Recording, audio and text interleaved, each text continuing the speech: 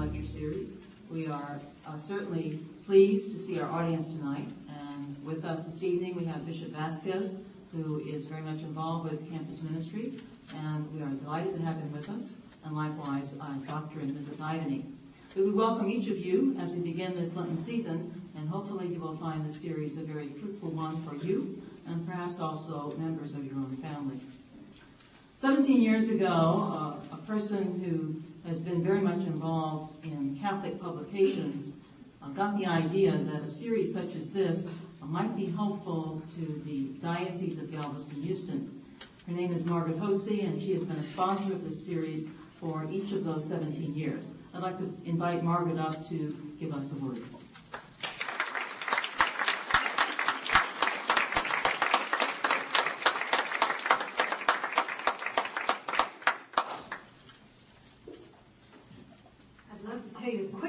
About how it started. We decided that St. Thomas was such a jewel and people didn't know about it.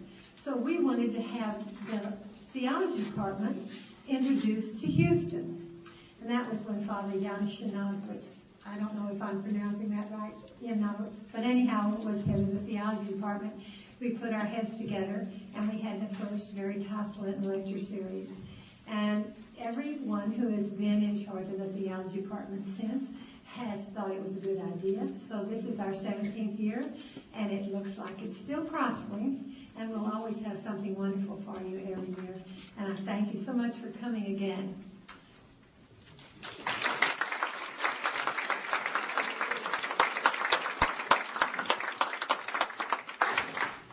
Each week, Margaret will be bringing books from Veritas books pertaining specifically to the Sacrament of Matrimony. You will notice also to my right and your left, there are a number of publications which can be quite valuable to us during this year of the Eucharist, and a number of other topics which might be helpful during the Lenten season.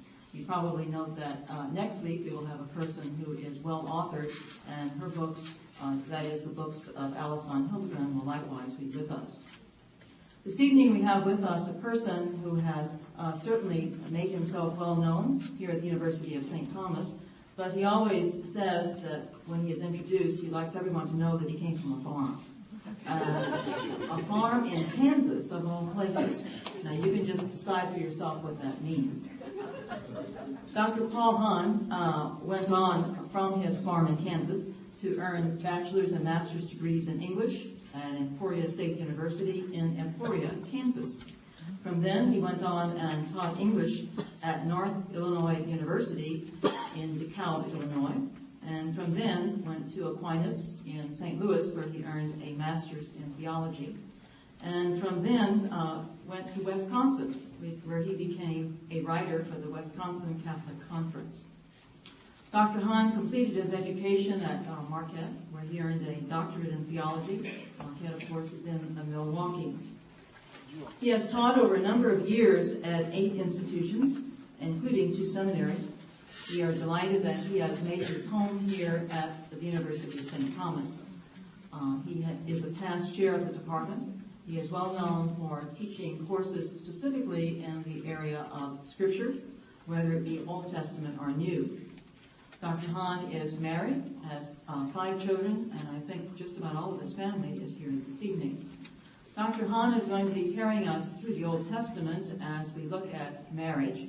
I know a number of people came in this evening and said, oh, what are we going to hear about the women tonight? Well, Dr. Hahn will carry that through for us. So we remind you that this is just one segment as we look at the Scriptures in reference to the Sacrament of Matrimony, and certainly as we move toward the revelation of Christ in the New Testament. But Dr. Hahn has a story for us, and so let us give him a warm welcome.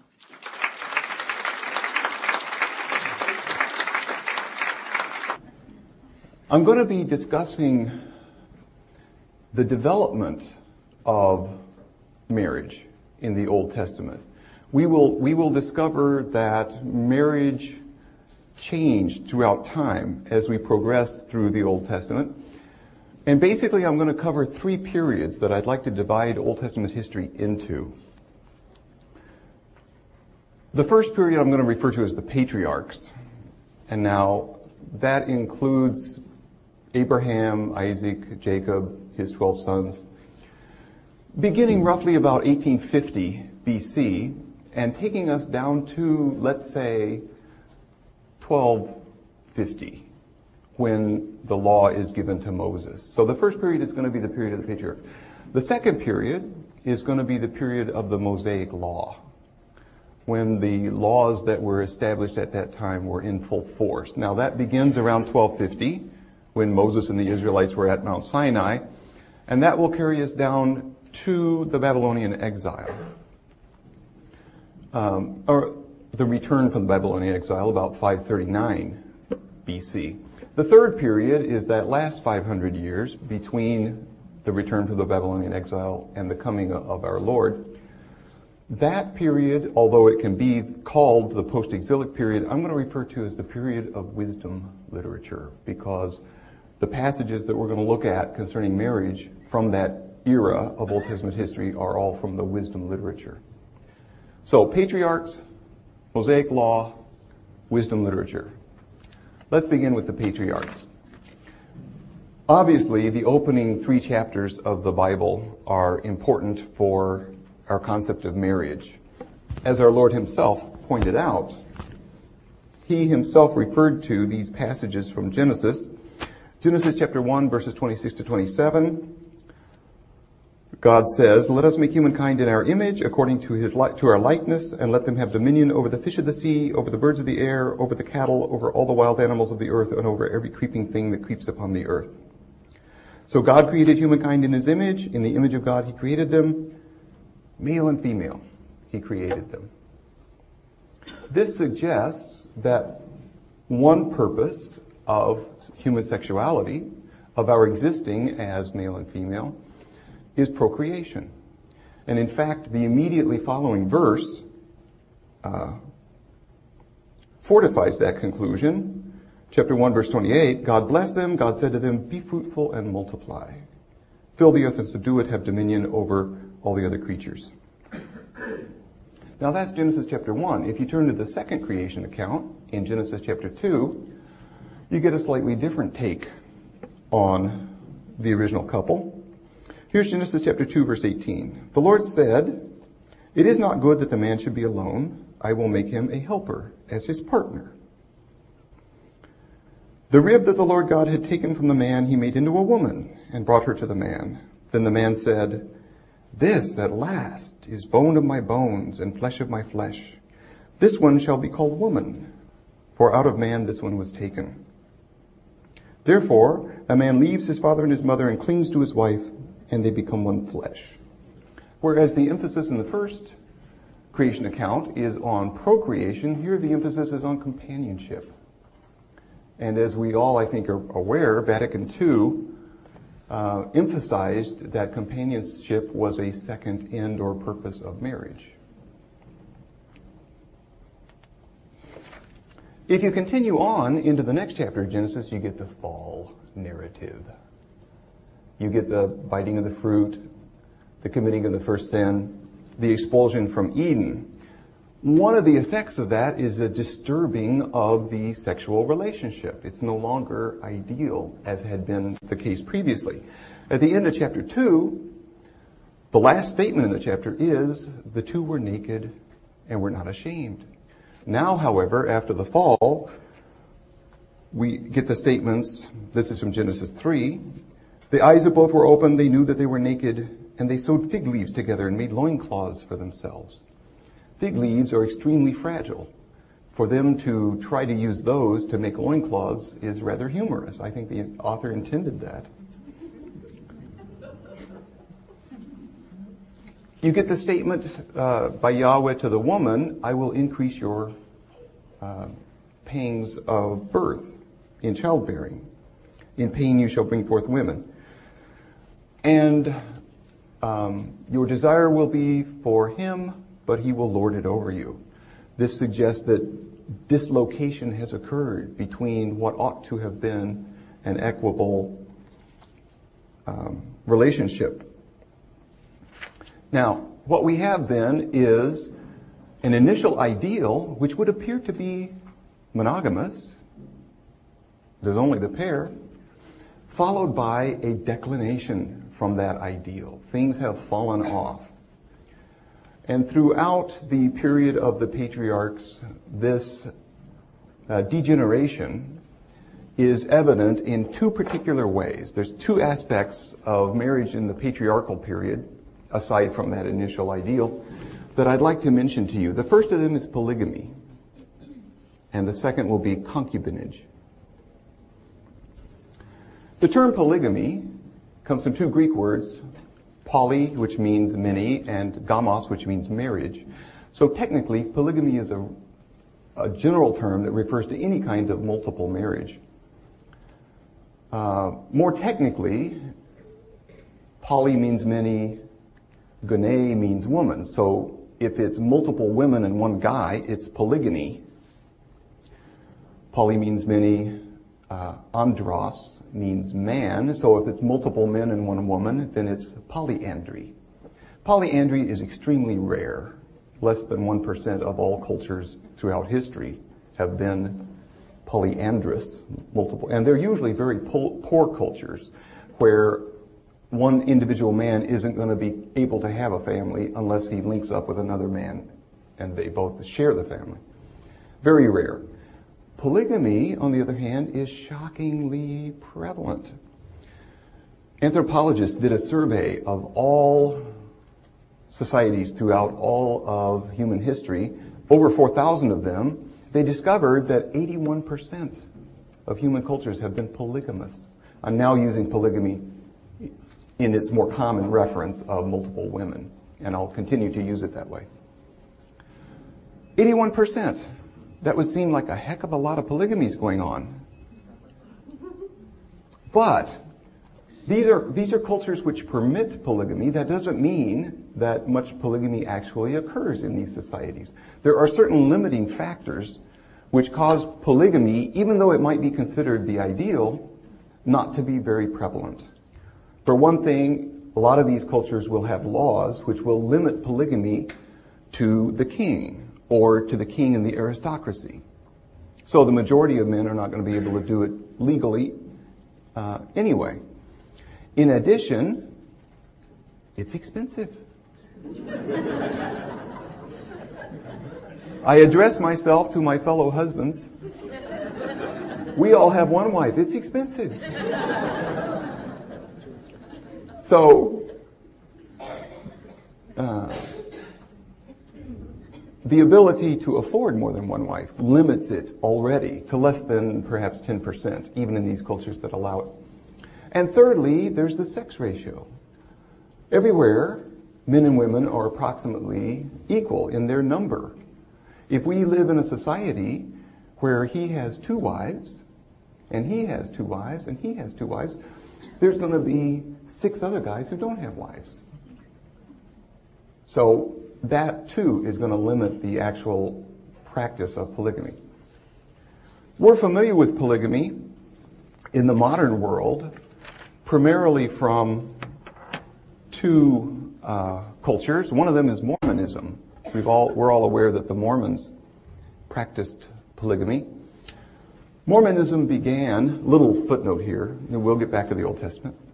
Mormonism began in 1823 when 15-year-old Joseph Smith was out in the woods, and he tells us God and Jesus came to him and told him that none of the Christian denominations was the true religion and that he was to promulgate the true one. He did so. He started up the Church of Jesus Christ of Latter-day Saints. Approximately 20 years later, in 1842, he announced that he had had a new revelation from God. He announced it secretly to his fellow leaders, and this new revelation was that God wanted more Mormons, and therefore polygamy was to be encouraged. He started to practice it secretly. Throughout the 1840s, other leaders also started practicing it secretly. They practiced it secretly so as not to be persecuted. But in the 1850s, it was announced to the Mormon membership at large, and other Mormons started practicing it, never more than 10%. But it was widely valued.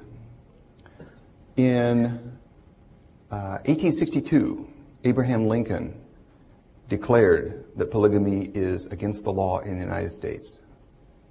Later on, Congress passed a law outlawing it, and then in 1890, the Mormons took it all the way to the Supreme Court, and the Supreme Court agreed that polygamy is criminal in the United States.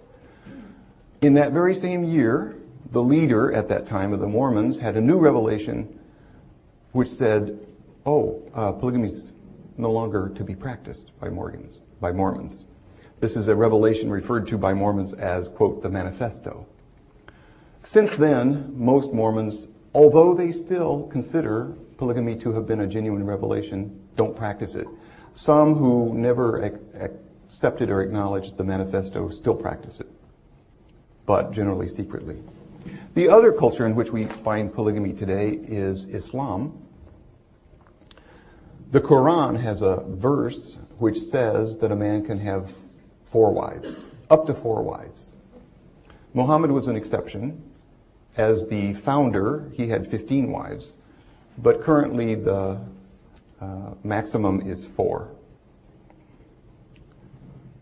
Well, back to the patriarchs and their practice of polygamy. Start with the first patriarch, Abraham. We know that he had as his wife Sarah, but in addition to Sarah, he also had Hagar. By Hagar, he had Ishmael, ultimate ancestor of the Arabs. She was not the only one. After Sarah's death, he had a woman named Keturah, who's sometimes referred to as his wife, sometimes referred to as his concubine. And then, just before his death, we're told that he sent the sons of his concubines, plural, to the east. So he had multiple spouses, multiple partners. Isaac, the second of the patriarchs, seems to have been monogamous. There's only reference to his one wife, Rebekah. But now we get to a classic example of polygamy in the Old Testament, and that's Jacob. Jacob went off and wanted to marry Rachel. Her dad tricked him into taking the older sister first, Leah. He then took Rachel, so there's 2 wives, went back to his own farm,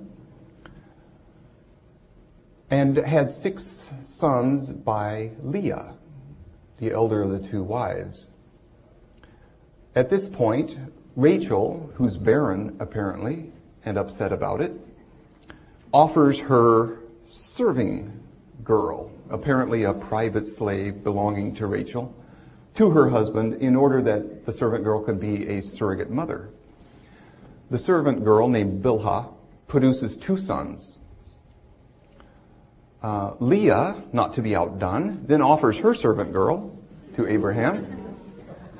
Her name was Zilpah, and Zilpah produces 2 sons for Jacob. Finally, Rachel, it turns out, wasn't barren after all, and she produces 2 sons. Add them all up, you get the 12 sons of Jacob. So, 2 wives and 2 servant girls. The basic principle, it would seem, throughout much of the Old Testament, is that the head of a house, the male head of a household, has as his legal sexual partners all the women in the household, unless they are his sons' wives or unless they are servant girls belonging to his wives or his sons' wives. So that's the basic principle.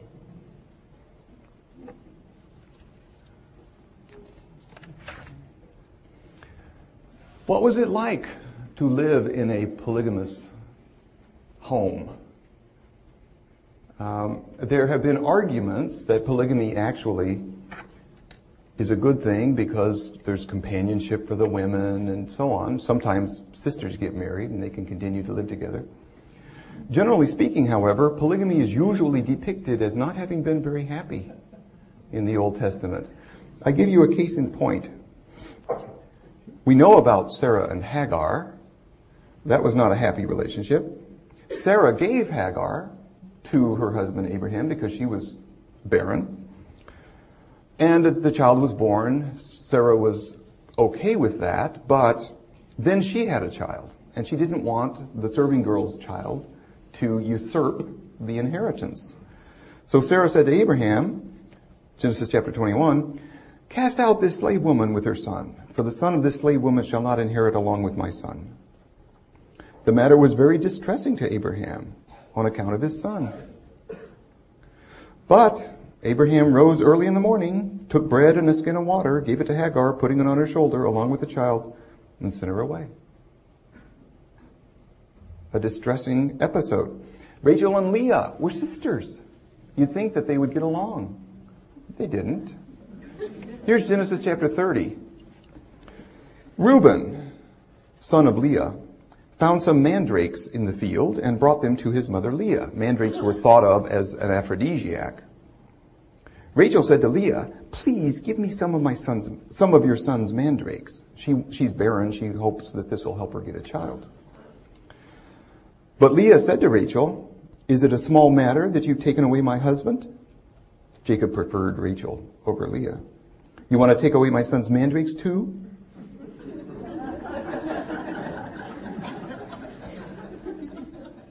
Rachel said, "He may lie with you tonight if you'll give me your son's mandrakes." When Jacob came from the field, don't you get the idea that the guys are just sort of passive? When Jacob came from the field in the evening, Leah went out to meet him and said, "You must come in to me, for I have hired you with my son's mandrakes." So he lay with her that night, and God heeded Leah, and she conceived and bore Jacob his fifth son. Polygamy in the period of the Mosaic Law, when a monarchy developed, became very exaggerated among the wealthy kings.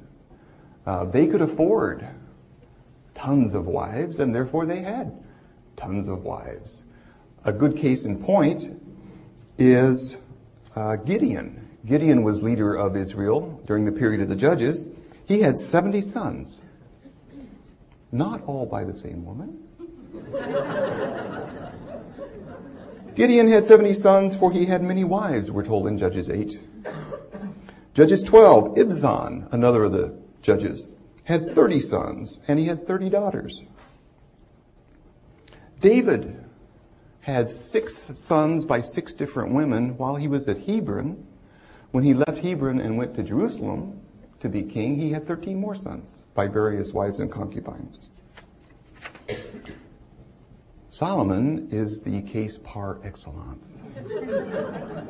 We all are aware, I think, of how many.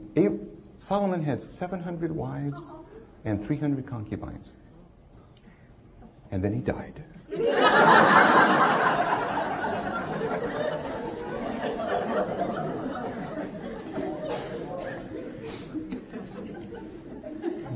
It goes on and on. Solomon's son Rehoboam, who becomes king after him, has 18 wives and 60 concubines. Ahab had 70 sons. Abijah had 14 wives and 22 sons and 16 daughters. Curiously enough, I was channel flipping last night, and I happened to cross channel 8. They were doing Frontline. Did anybody happen to watch that on Saudi Arabia? The House of Saud, and it said that the founder of the House of Saud, Prince Abdul Aziz, who founded Saudi Arabia in 1927, I believe. But between then and the time of his death in 1953, had 42 sons. And they said it's unknown how many daughters he had because daughters aren't counted. That too is rather similar to the Old Testament. We get all these figures for how many, occasionally you'll get daughters, but primarily you get references to how many sons they had. Why? Why did polygamy become so exaggerated in this period of the Mosaic Law? It wasn't out of love. There cannot have been love relationships between Solomon and 1,000 women. I think it was political. The more political alliances you make by marrying a woman, the more backing you've got, and the higher your prestige will rise. Solomon's number one wife was the princess of Egypt, Pharaoh's daughter. I think a lot of these marriages resulted from political considerations. You don't hear much about polygamy after the return from the exile in 539, that third period that I referred to. It's in that third period that the wisdom literature shows up, and it is strongly in favor of monogamy, as we will see a bit later this evening. By the time of Jesus, you hardly hear about polygamy.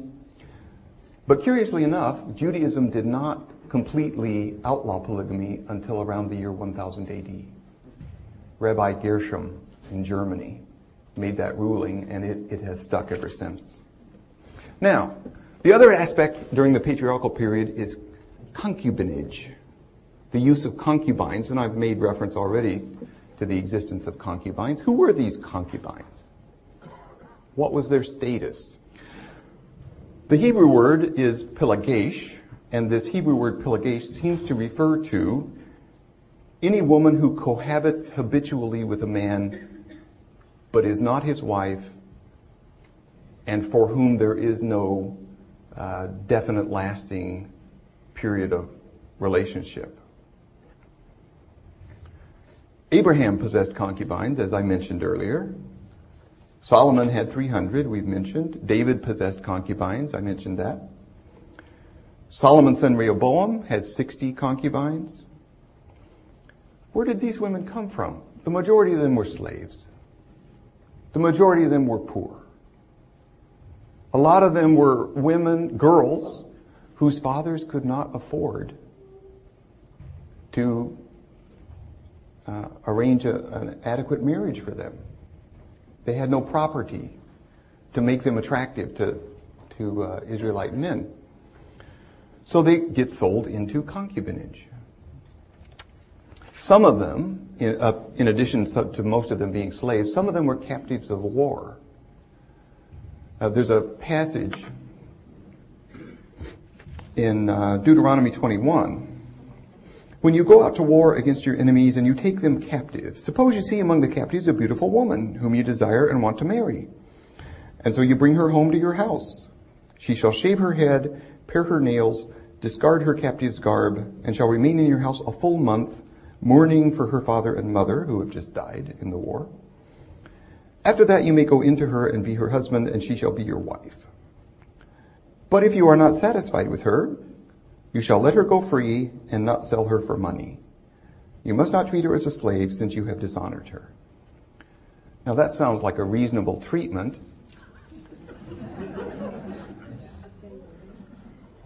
But consider, if the captor sends her away, she's got nothing. She's got no family, she's got no possessions, there's no social security, welfare, there's no social net to hold her up. And that's what happens to a captive woman who the guy decides to marry. Think of the treatment for a captive that he simply decides to use. So these were rough times. A pilagesh, a concubine, could also be used as a surrogate mother. We've seen that already 2 or 3 times. Sarah provided Hagar, Rachel provided Bilhah, Leah provided Zilpah, etc. Now, that's how things looked in the period of the patriarchs. We saw the ideal, God's will at the beginning of creation. We saw the declination and the results of that, polygamy and concubinage. Now let's turn to the period of the Mosaic Law. The period of the patriarchs was 1850 to 1250. Now we're doing 1250 down to 539. Here we get specific laws concerning marriage. Some of these will seem unfortunate, but don't forget what our Lord had to say about these laws, or at least the one on divorce. It was because you were so hard-hearted that Moses allowed you to divorce your wives. And I suspect that's a motive for some of these other laws. There's no explicit evidence that marriage was considered a religious rite in the Old Testament. The evidence instead points to the probability that it was a private contract. It was a business contract. It was arranged by the fathers of the 2 individuals who are to be married.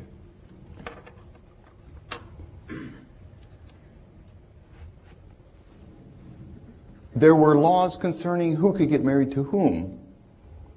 For example, the Leviticus 18 has a series of statements about consanguinity. Consanguinity has to do with sangra, blood. There are certain degrees of closeness of relative that you cannot marry. Here's the list. I'm not quoting them. This is a list I've derived from that passage, Leviticus 18. You cannot marry your mother, your stepmother, or your aunt. You cannot marry your sister, your half-sister, or your stepsister. You cannot marry your granddaughter or your step-granddaughter. You cannot marry your mother-in-law. Who the heck would want to?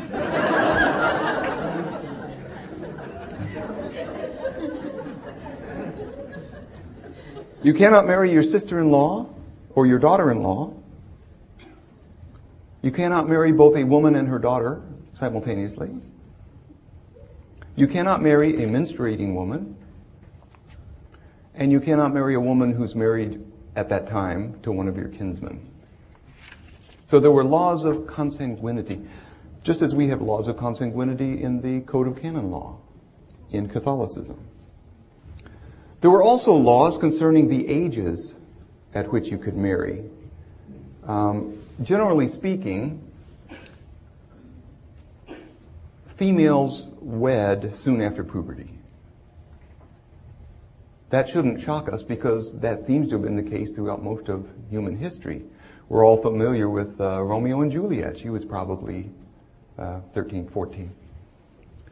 Another restriction on who you could marry, besides consanguinity and age, is endogamy. Endogamy means marriage within the group. Exogamy means marriage outside the group. Endogamy seems to have been a progressively more important principle the later in time you go. By the time you get to that third period of the wisdom literature, roughly 500 down to 1 BC, endogamy is very entrenched. Here's a passage from the book of Ezra. The officials approached me, Ezra says, and they said to me, the people of Israel, the priests, the Levites, have not separated themselves from the peoples of the land with their abominations, for they have taken some of their daughters as wives for themselves and for their sons. Thus the holy seed has mixed itself with the peoples of the lands, and in this faithlessness the officials and leaders have led the way. When I heard this, I tore my garments and my mantle. I pulled hair from my head and my beard. I sat appalled. We made a proclamation throughout Judah and Jerusalem to all the returned exiles that they should assemble at Jerusalem. And then I stood up and said to them, you have trespassed and married foreign women. Now separate yourselves from the foreign wives. All the assembly answered, we must do as you have said. So Ezra the priest selected men, and by the first day of the first month, they had come to the end of all the men who had married foreign women. There were found to be 112 men who had married foreign wives. 18 were priests, 10 were Levites, 84 were ordinary Israelites. All these had married foreign women, and they sent them away with their children. Never heard from again. Who knows? That's endogamy. That's the idea that you can only marry within the group. Probable purpose for that was religious. They didn't want the religious cults of the various gods and goddesses worshipped by foreign women to influence Israelite homes, but unfortunate nevertheless. Another way in which it was determined who you could marry and who you couldn't was the law which is referred to as levirate marriage. Levir, L-E-V-I-R, is Hebrew for brother. So levirate marriage means if two brothers both are married and one of the brothers dies, then the surviving brother must take the widow in as a second wife. Purpose of that being that he will then produce progeny for the dead brother who can then inherit the property from the widow. Now here's an interesting little story concerning levirate marriage. This is from Genesis chapter 38. Judah, one of the 12 sons of Jacob, excuse me. Judah took a wife for his firstborn son. Her name was Tamar. But Judah's firstborn, died.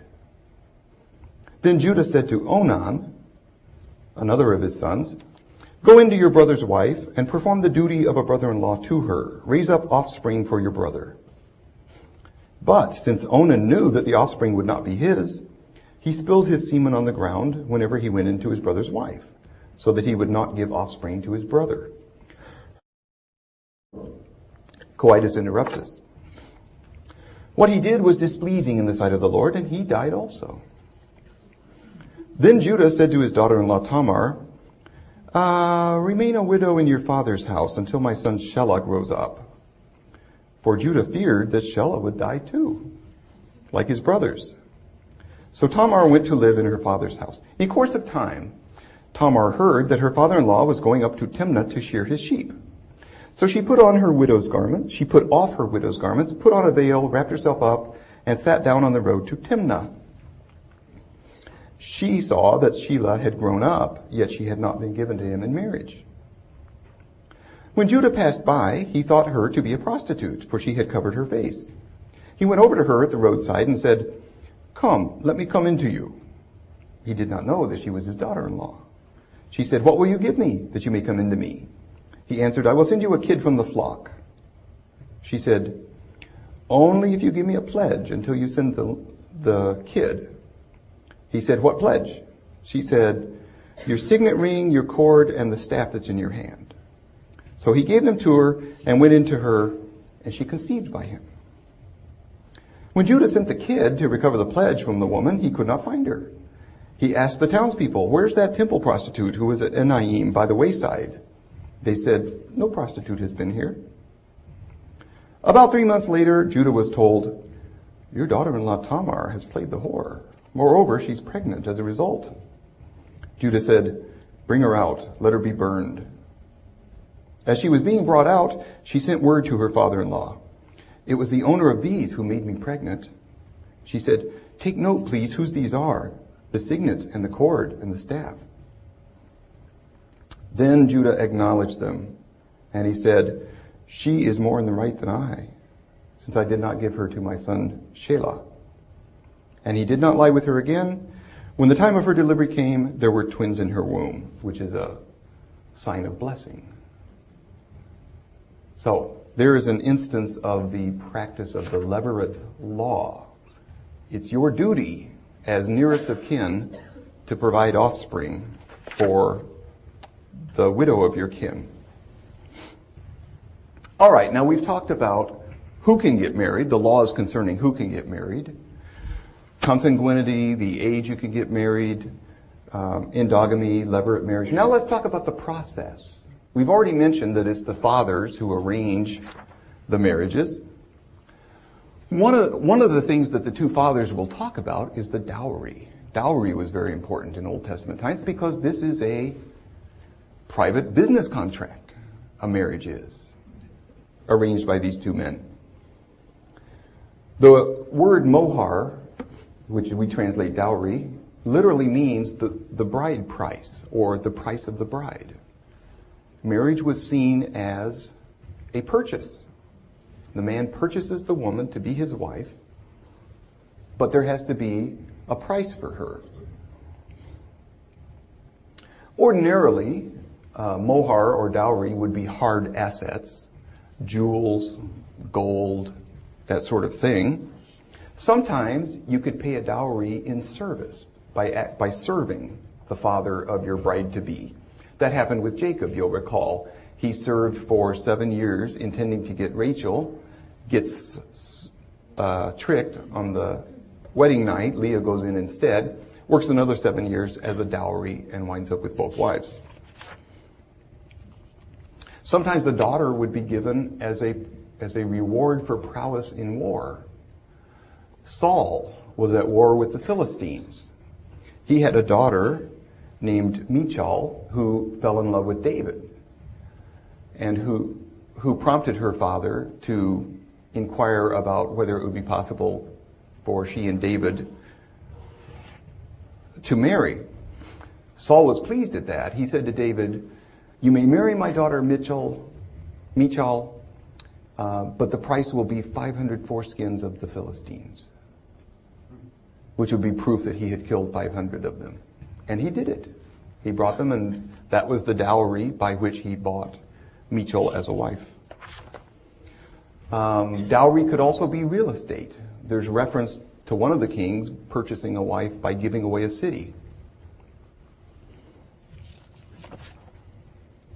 So, the two fathers meet, negotiate the dowry.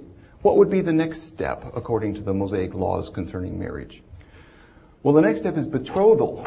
As soon as the agreement has been struck and the hands have been shaken, the two are considered betrothed. We don't quite have that concept in our culture, but basically it meant that as far as sexual activity goes, these two are not to have any outside their relationship. The woman was treated as married as far as extramarital intercourse with another man was concerned. Here's a law from Deuteronomy 22. If there is a young woman, a virgin already engaged to be married, betrothed, and a man meets her in the town and lies with her, you shall bring both of them to the gate of that town and stone them to death. The young woman because she did not cry for help in the town, and the man because he violated his neighbor's wife, even though she's not yet married, but she's considered to be already the property of the other man. What about the end of betrothal? What about the marriage itself, the wedding itself? There is no reference in the Old Testament to a marriage license, but it seems probable that there would have been such a thing because it's a contract, and contracts were usually written down for future reference. Here's what we agreed to. Plus, you had to give your spouse a certificate of divorce if you decided to divorce her. If you got to have a written document then, probably you had to have a written document for marriage as well. But there is no explicit reference to a marriage license. Similarly with the wedding ceremony, we don't know exactly what the ceremony was. Some scholars think that because there's no references to a ceremony explicitly, maybe nothing more happened than that the bride or the betrothed moved in with her now husband. That sufficed. That was the moment of marriage. There is, however, a couple of references to throwing one's cloak over the woman. In Ezekiel 16, God says to Israel, "When you were at the age for love, I spread the edge of my cloak over you. I pledged myself to you and entered into a covenant with you, and you became mine." Sounds like a marriage, and that gesture of throwing one's cloak over. Same thing happens in the book of Ruth. So perhaps that was an actual formal gesture that was used. There was a group of mercenary Jews, all men, around 400 BC, who left Palestine or Israel and went to Egypt to serve in the Egyptian army. They founded a colony at a town in Egypt called Elephantine. Archaeologists have found a marriage contract there. Now, there's no references in the Old Testament to marriage contracts, but here's a group of Jewish men, and we find a marriage contract there. One sentence in that marriage contract says, quote, "She is my wife, and I am her husband from this day forever." She is my wife, and I am her husband from this day. Perhaps that was the sentence. That's the I do back then, you know, the one statement that really seals it. Perhaps. Well, let's move from the period of the Mosaic Law into that third period that I mentioned to you. We've looked at the patriarchal period with the initial Genesis ideal, the declination into polygamy and concubinage. We've now looked at the Mosaic laws concerning marriage, where we saw certain laws determining who you could marry, certain laws concerning the process, the negotiation, the dowry, the betrothal, the marriage license. the actual wedding. What I now want to turn to is that third period, which is my favorite set of texts in the Old Testament concerning marriage, because as we get closer and closer to the coming of Jesus, monogamy becomes more and more the ideal. As I think we'll see, looking at these wisdom literature texts. That phrase wisdom literature, by the way, refers to a certain set of books in the Old Testament, specifically 7. They all appear in between the historical books at the front and the prophets at the end of the Old Testament. And they comprise Job, Psalms, Proverbs, Ecclesiastes, Song of Songs, Book of Wisdom or Wisdom of Solomon, and Sirach.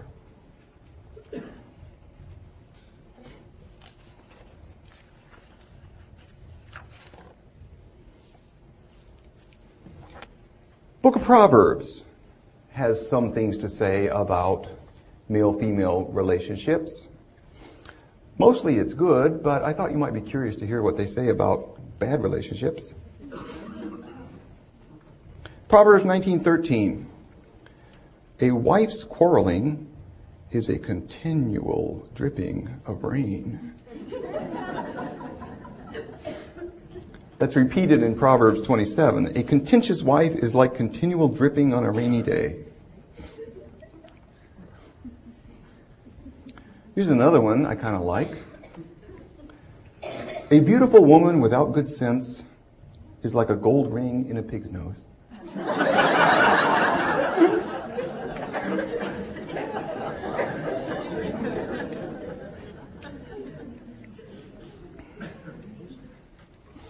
Here's another one. This one happens to be from the book of Sirach.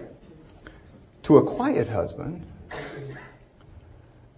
a constantly talking wife is like a sandy ascent for the feet of the aged. You never get anywhere.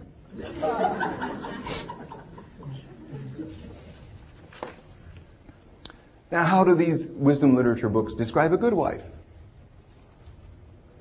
Here's from Proverbs 5. Rejoice in the wife of your youth, a lovely deer, a graceful doe. May her breasts satisfy you at all times. May you be intoxicated always by her love. Proverbs 19:14. House and wealth are inherited from parents, but a prudent wife is a gift from God.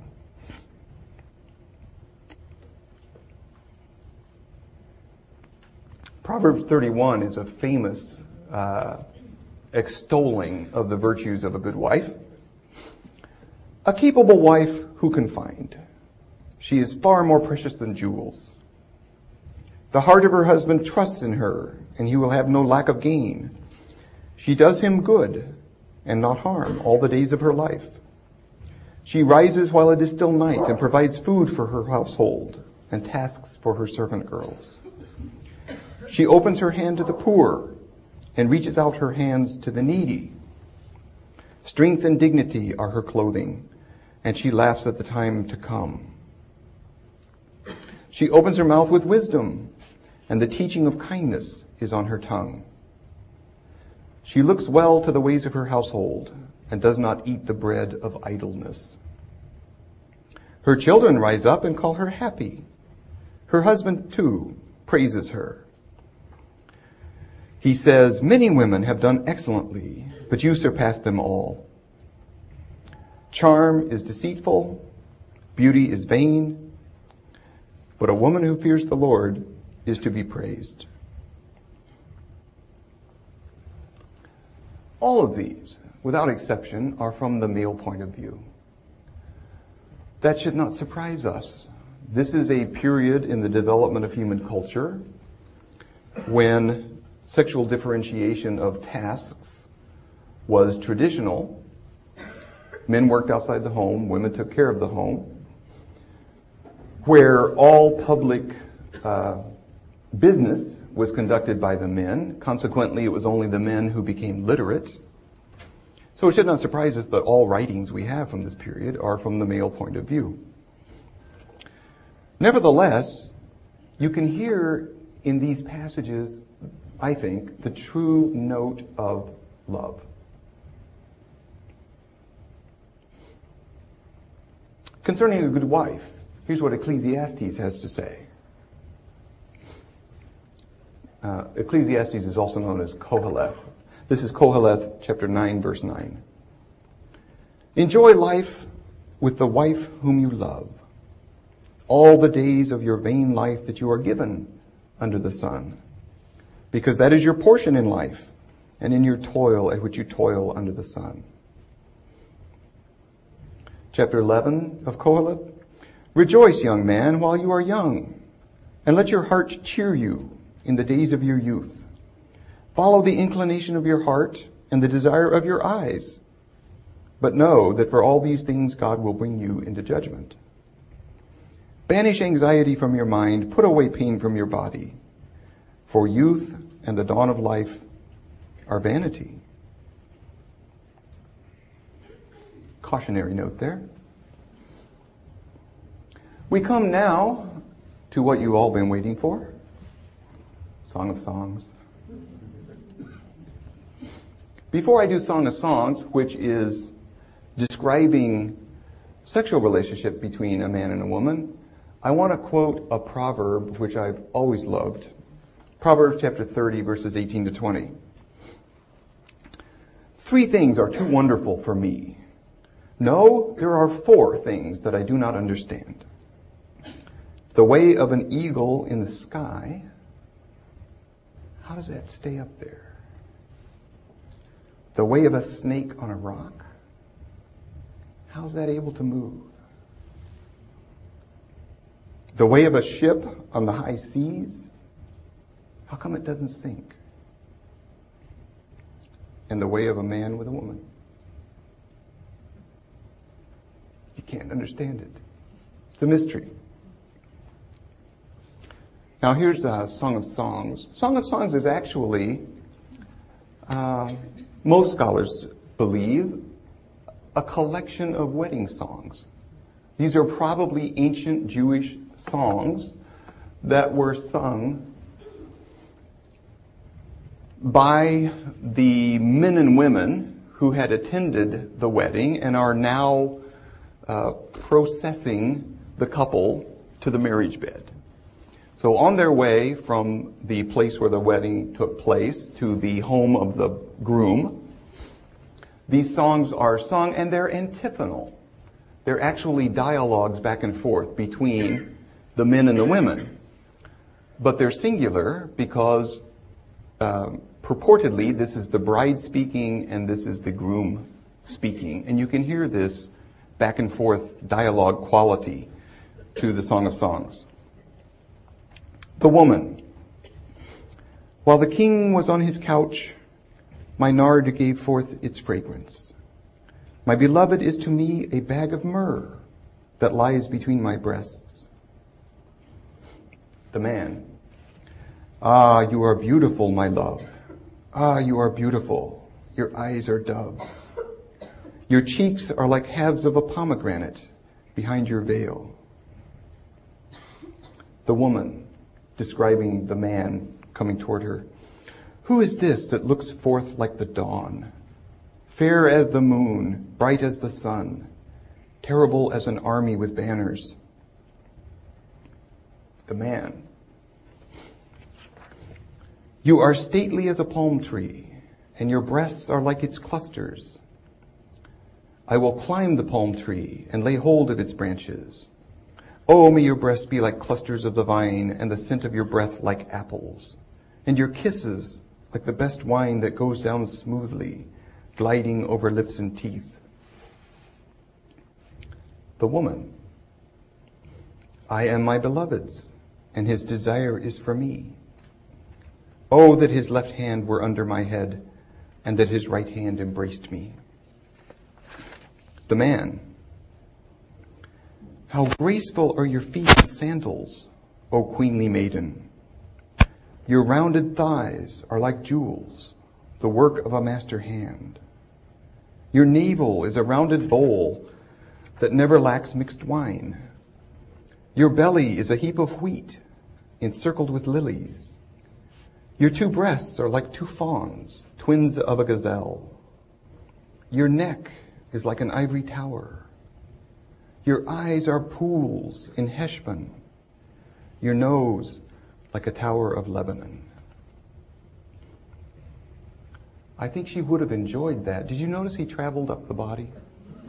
Feet, thighs, yeah. I think she would have enjoyed that description until he said your nose is like a tower of Lebanon. I'm not sure that's a compliment.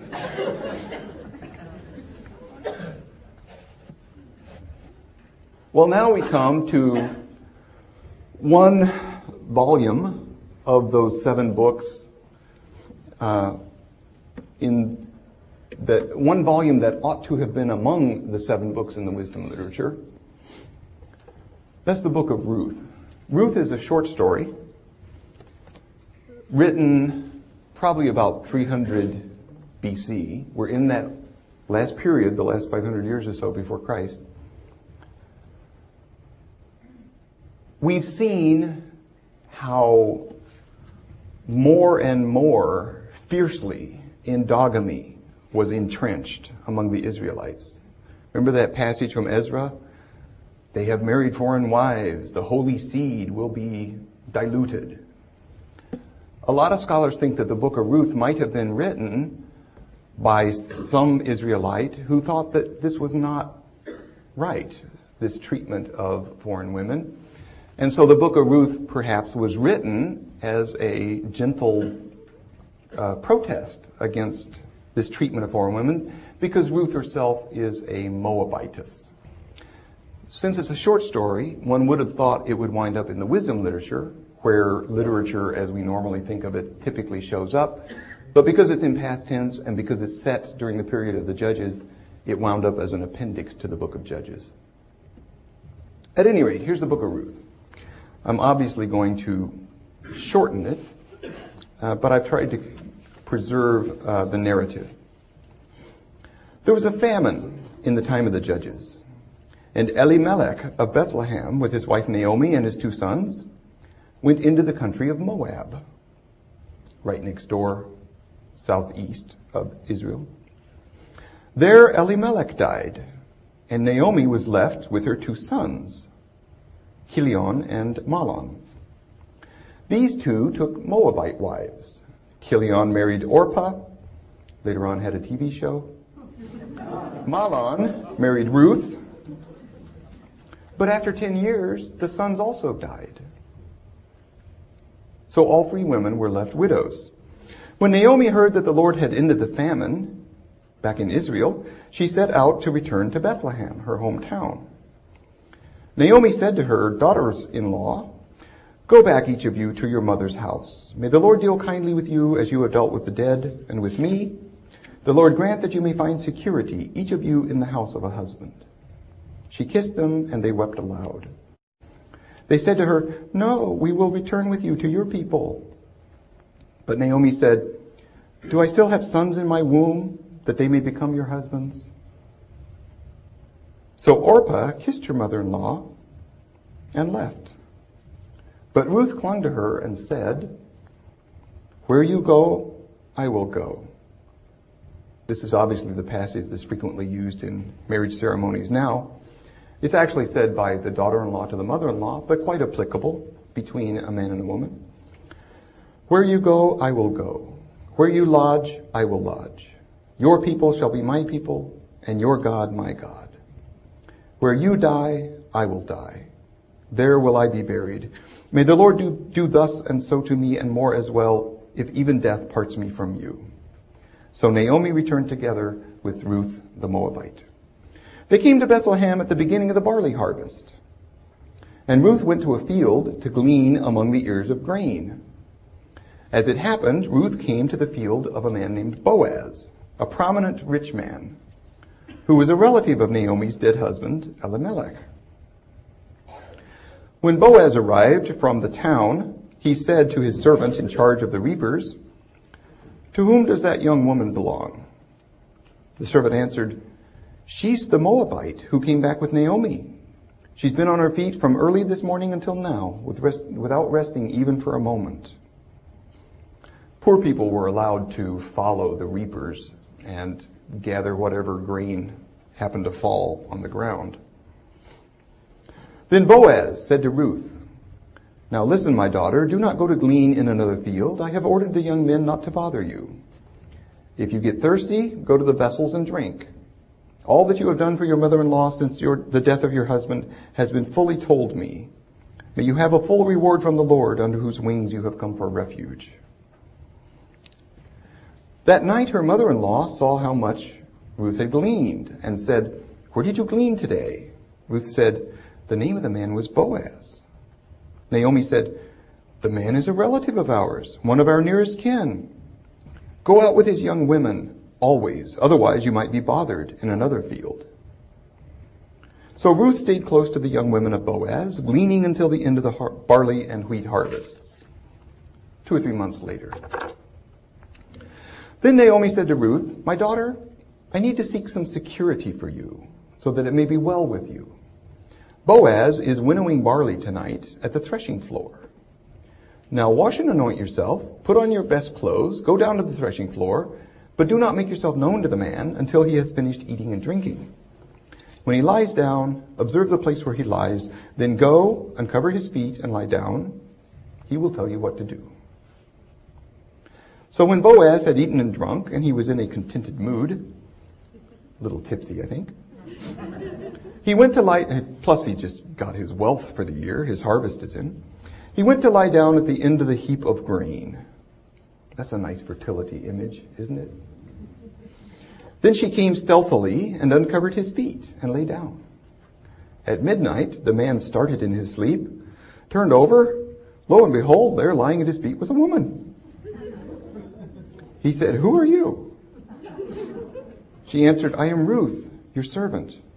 Spread your cloak over your servant, for you are next of kin." There we've got the spreading a cloak, plus this is all levirate law, the next of kin. He said, "May you be blessed by the Lord, my daughter. This last instance of your loyalty is better than the first.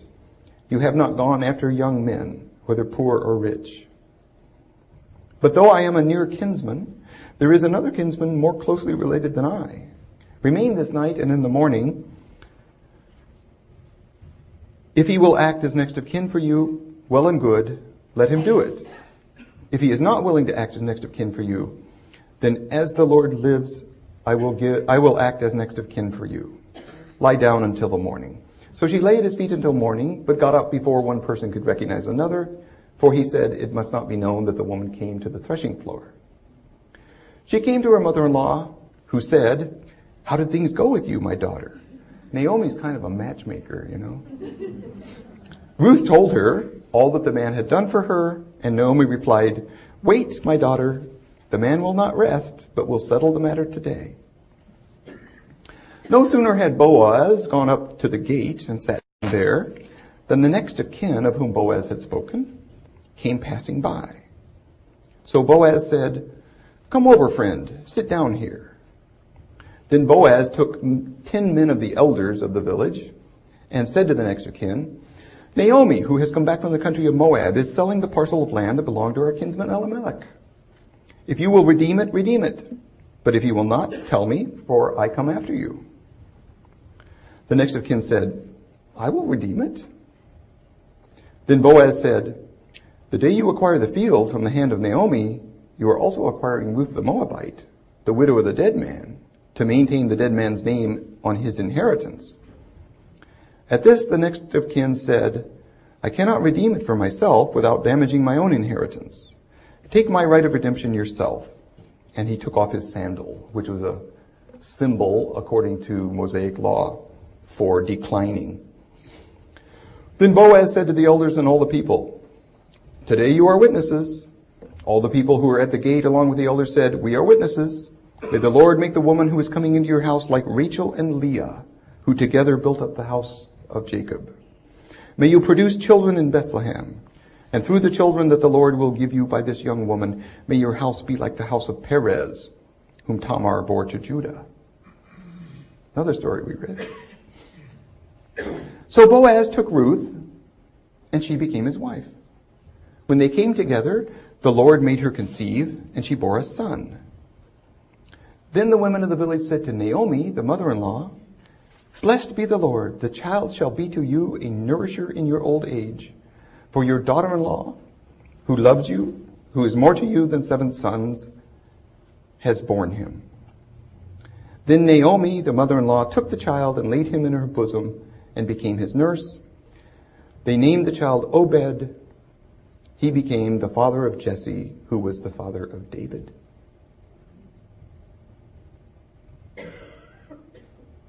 So Ruth is the great-grandmother of David.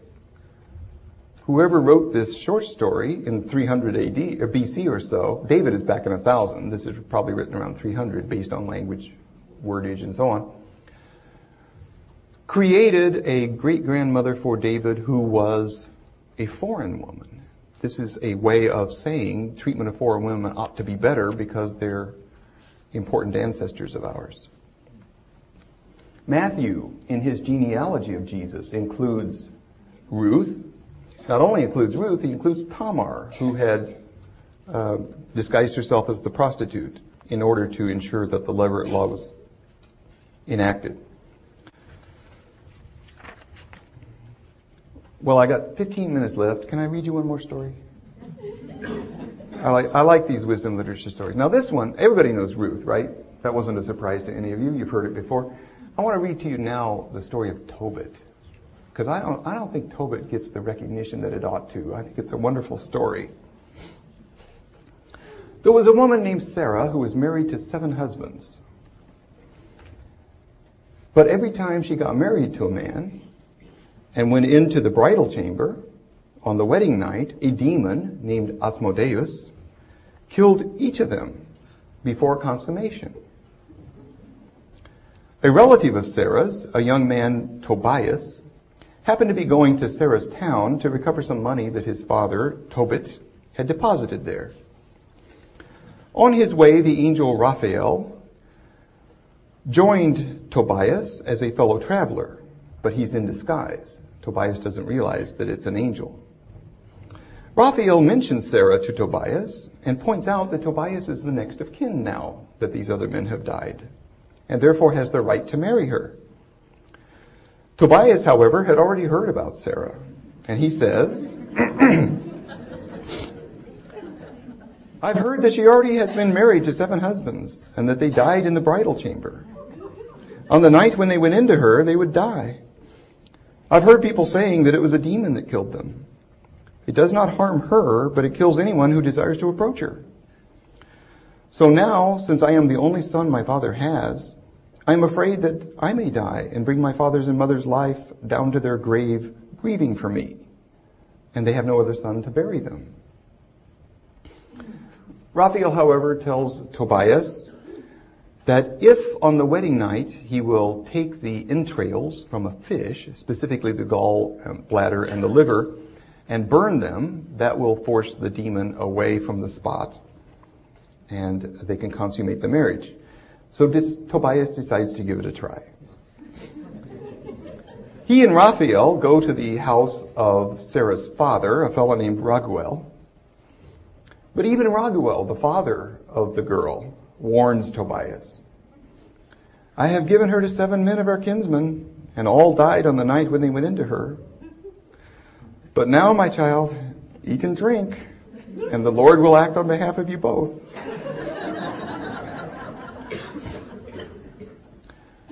So the parents usher Tobias and Sarah into the wedding chamber, and Tobias sets the fish gall and the liver to smoking on the incense burner.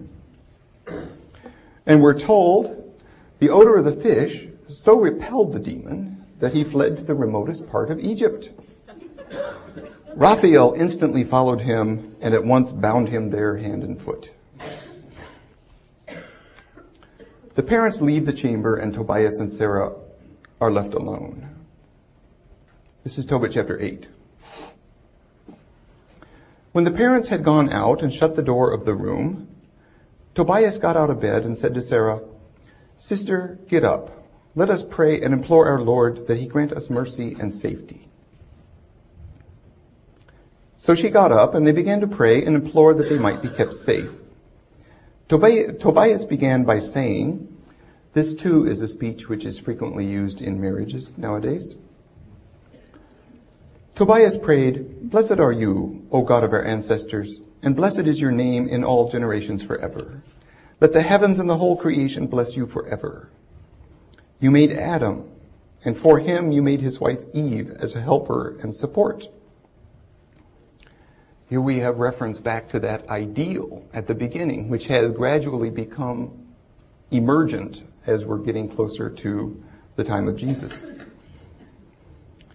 You made Adam, and for him you made his wife Eve as a helper and support. From the two of them the human race has sprung. You said, "It is not good that the man should be alone. Let us make a helper for him like himself." I am now taking this kinswoman of mine, not because of lust, but with sincerity. Grant that she and I may find mercy, and that we may grow old together. And they both said, "Amen, amen." Then they went to sleep for the night. But Raguel, Sarah's father, arose, called his servants to him, and they went out and dug a grave.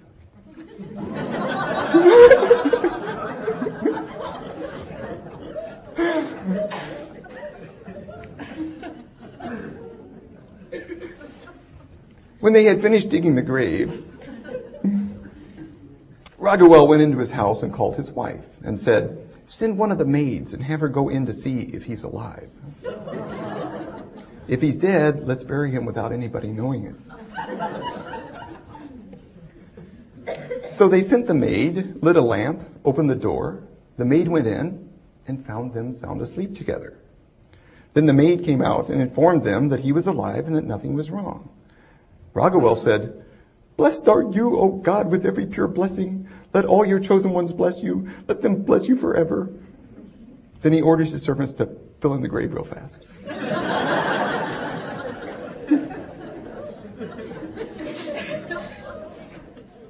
Is that a great story?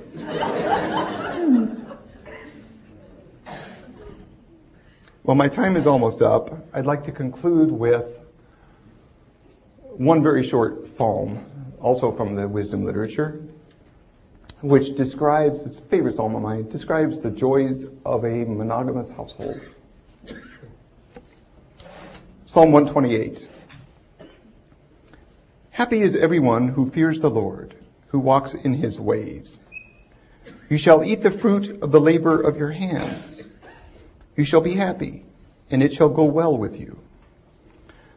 Your wife will be like a fruitful vine within your house. Your children will be like olive shoots around your table. Thus shall the man who fears the Lord. The Lord bless you from Zion. May you see the prosperity of Jerusalem all your life. May you see your children's children. Peace be upon you. They don't know that I had this planned, but I wonder if I could ask you all to express with me my gratitude to the fruitful vine of my house and to the olive shoots that grew up around my table. Would you mind standing up? This is my family.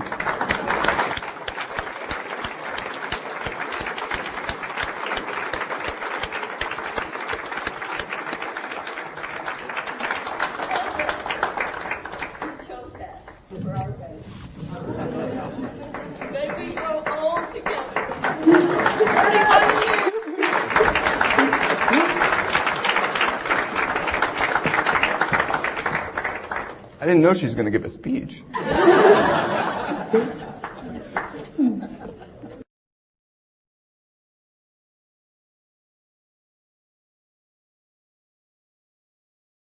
Yes, sir.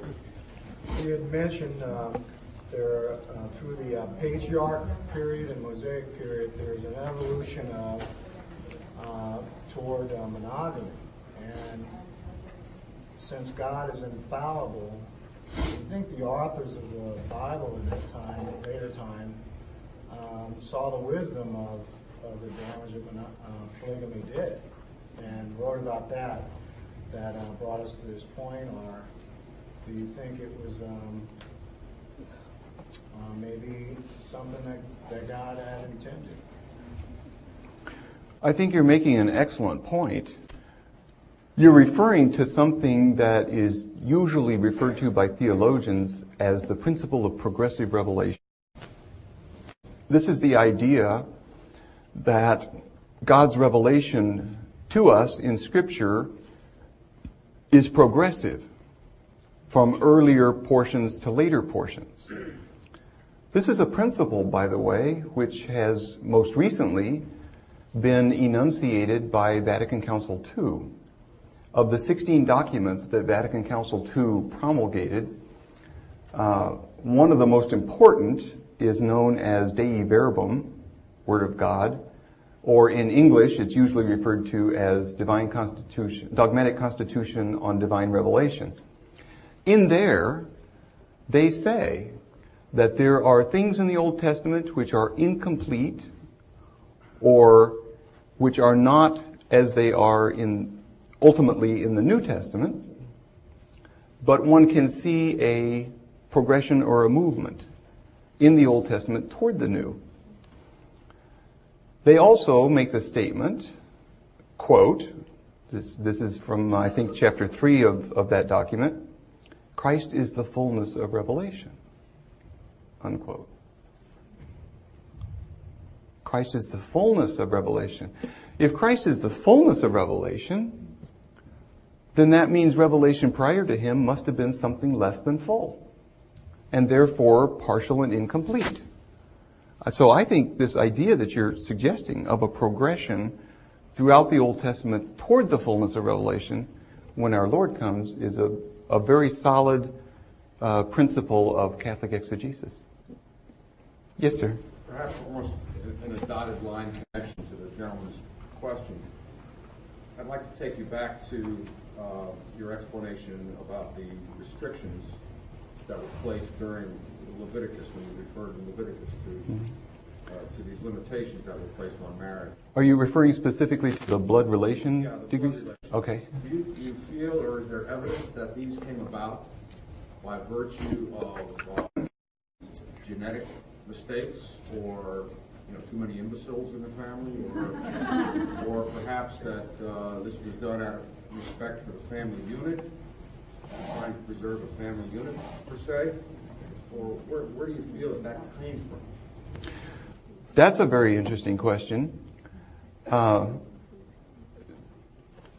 Restricting incest, restricting intercourse between persons who are too close in bloodline is virtually universal throughout all cultures. I referred to those 4,000 cultures that anthropologists have studied.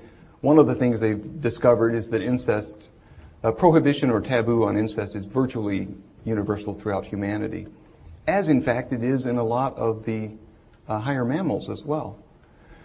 So could this have resulted from this taboo on incest? Could it have resulted from experience of what happens when that taboo is violated?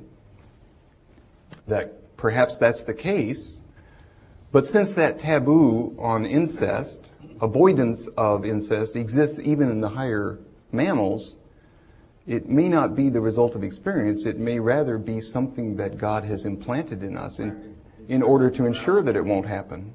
There's an intrinsic morality to it, perhaps, but there's historical evidence in the lineage of kings, let's say in the Middle Ages, of certain offspring that were defective.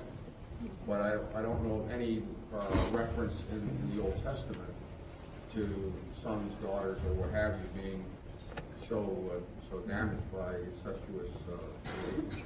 No, I don't know of such references either. It's sort of like the law on not eating pork. You'll come across speculation, gee, I wonder if that arose because they experienced trichinosis, and therefore this law was... Those are interesting speculations, and they have a certain degree of possibility or even probability to them, but they can't be said one way or the other for certain. It's just the nature of the case. Father. In John chapter 6, they claim that Jesus is illegitimate, and then you have this situation in the Old Testament with Tamar. Now you have a whole tribe that's illegitimate, but the Jews were saying of themselves, we're not illegitimate. Are you supposing that the progeny that descended from Tamar were illegitimate? Well, okay. Yeah, that would be my...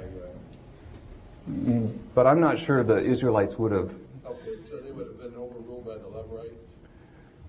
Technically, the fulfiller of the Levirate law ought to have been Judah's son, the third son, the one who hadn't died. But since Judah the father was not going to give her to that son, she took matters in her own hands and had Judah be the father. So I guess there's a technical violation of the Levirate law there, but only a slight one. Judah immediately acknowledges she's in the right, I'm in the wrong, and the fact that she has twins suggests that the Israelites saw her move as having been accepted by God. They're pretty fast and loose there in the Old Testament. Yeah. Yes, ma'am. Put aside theological point of view and just try to explain through the political and economical changes within the 2,000 years. Could you see that it will explain why the marriage from polygamy goes to monogamy? Just, Yeah, sociological reasons for polygamy, I think you're asking for, and economic. Economical and political, Yeah. like creation the new nations or big nations instead of tribes. That's a good question as well.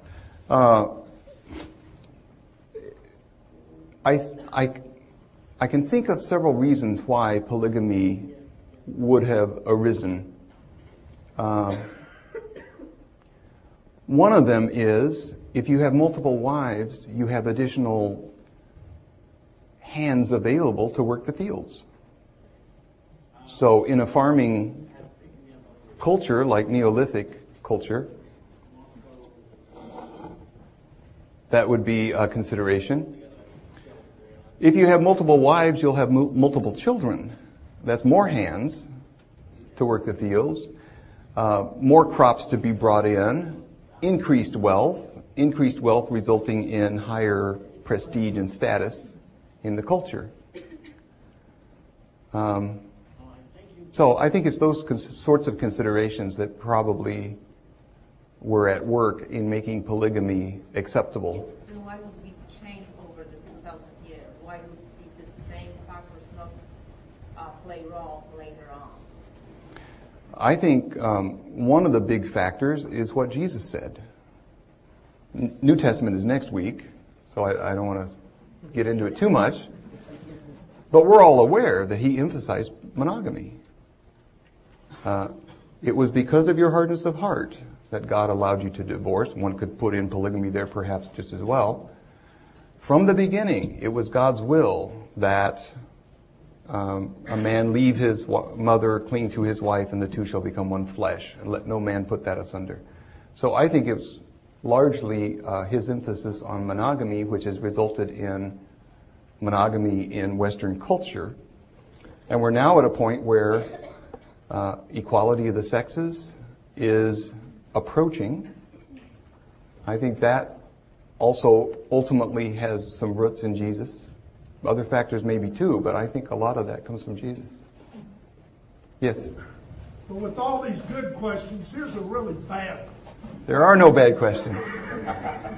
With the progressive revelation, what does the Old Testament say about, directly or indirectly, about same-sex marriages? Okay, that is a bad question.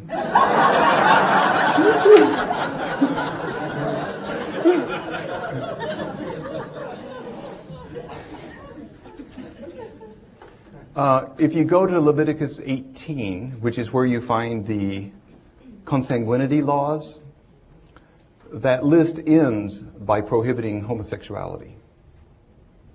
It also mentions bestiality immediately afterward. So that's a reasonable question. Anything else? Yes, Brooke. What is the exact time difference between the first version of creation in Genesis and the second version? Now, I know Jesus referred to the first version in Genesis in terms of the indissolubility of marriage. But I wonder, from a scholarly point of view, what the time difference was between those two versions. Actually, if you go to Mark chapter 10, you'll find his dialogue with the Pharisees concerning divorce. And you'll find there that he refers to both chapter 1 and chapter 2. In chapter 1, he refers to verse 26 and 7, male and female, he created them. And in chapter 2, you'll find verses 24 and 25, for this reason a man leaves his mother, clings to his wife, and the two become one flesh. Let no man put them asunder. As far as the thrust of your question, though, the ages at which they were written, the consensus among Old Testament scholars has been that the more ancient of the two is the second. There's various reasons for that. One of them, for example, is God is treated or presented anthropomorphically. Anthropomorphism means in the form or image of a man, of a human being. We're told in chapter 2, God takes a walk in the garden only when it cools down. We're told that he wanted to create a companion for the man, so he creates a lion and a tiger and so on, and none of them worked. So this is depicting God as if he were a human being. We're told God scooped up mud and made Adam. That presumes he has hands. He breathed into him. That presumes he has lungs. So it seems a more primitive narrative, and the consensus has been that chapter 2 probably dates from around 900. Chapter 1, which is considered more recent, a typical date by Old Testament scholars would be around 450.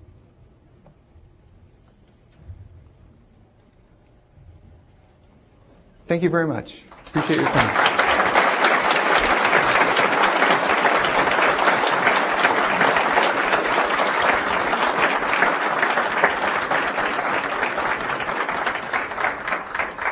We'd like to thank Dr. Hahn for carrying us through a rather timeless journey. Many stories in reference to, as we heard, a progressive revelation of what the good Lord has in store for us as we look toward Christ becoming flesh and the awareness of the gift of the New Testament. We're going to be closing with a prayer in a moment, but our speaker in reference to the New Testament will be in 2 weeks, and that is Father Kelly. Next week, we'll be hearing from a person who has been living that married life for many, many years and certainly written about it, and that is Alice von Hildebrand. And so, as we heard tonight of the awareness of groping for who this God is in the sense of what he calls us to, next week, Alice von Hildebrand will be leading us through an awareness of the dignity of the human person, and especially the dignity of the human person as expressed in the Sacrament of Marriage. A person who is well authored, well written, and certainly done a lot of media for the church. So I hope that you will make time to be with us next week. We invite you also, if you have not put yourselves on the mailing list in reference to many opportunities here at St. Thomas, you might want to stop by the table over there. And likewise, if you're interested in media of these 6 lectures, those will be available for sale. Let's close our evening with a prayer as we reflect upon the awareness of the gift of the Lenten season. Heavenly Father, this evening as we are aware of the great gift of life to each one of us, and especially that great gift as given to us in the Sacrament of Matrimony, we pray during this Lenten season for an appreciation of each other. We pray for a sensitivity to the movement of your grace within each one of us as we attempt to continue to build family, to build community wherever we are. We continue to pray this evening for world peace, and we pray especially this evening that the peace within our hearts might be spread toward others. We pray all of this in Jesus' name. Amen. Have a good evening. Thanks for coming.